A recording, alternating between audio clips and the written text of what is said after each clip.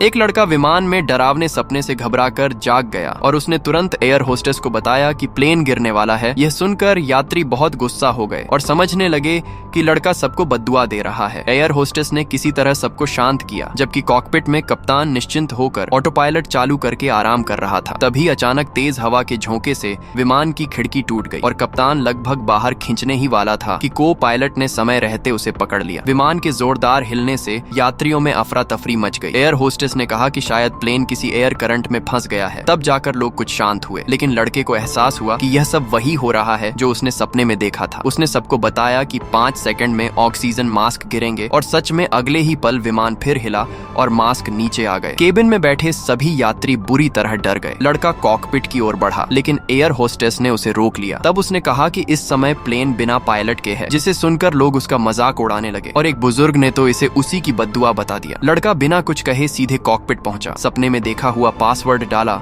और दरवाजा खोल दिया। अंदर का दृश्य देखकर एयर होस्टेस डर गई और को पायलट ने तुरंत मदद मांगी। लड़के ने तुरंत प्लेन की ऊंचाई बढ़ाई और सपने में देखा गया इमरजेंसी कोड डाल दिया, जिससे विमान धीरे धीरे स्थिर हो गया। लेकिन दोनों पायलट बेहोश थे और बिना पायलट के विमान अब भी खतरे में था। जैसे ही प्लेन बर्फ से ढके पहाड़ से टकराने वाला था, लड़के ने इशारा किया कि वह प्लेन चला सकता है। उसने सबसे पहले कंट्रोल टावर को सूचना दी, जहां से सभी स्टाफ को अलर्ट कर दिया गया। फिर उसने विमान की ऊंचाई और बढ़ाई और पहाड़ से टकराने से बचा लिया। तभी कप्तान को होश आया। पूरी बात जानकर उसने लड़के का धन्यवाद किया। जब सभी को लगा कि अब सब सुरक्षित है, किसी ने यह नहीं देखा कि विमान का ईंधन लगातार लीक हो रहा था और एक नया संकट आने वाला था।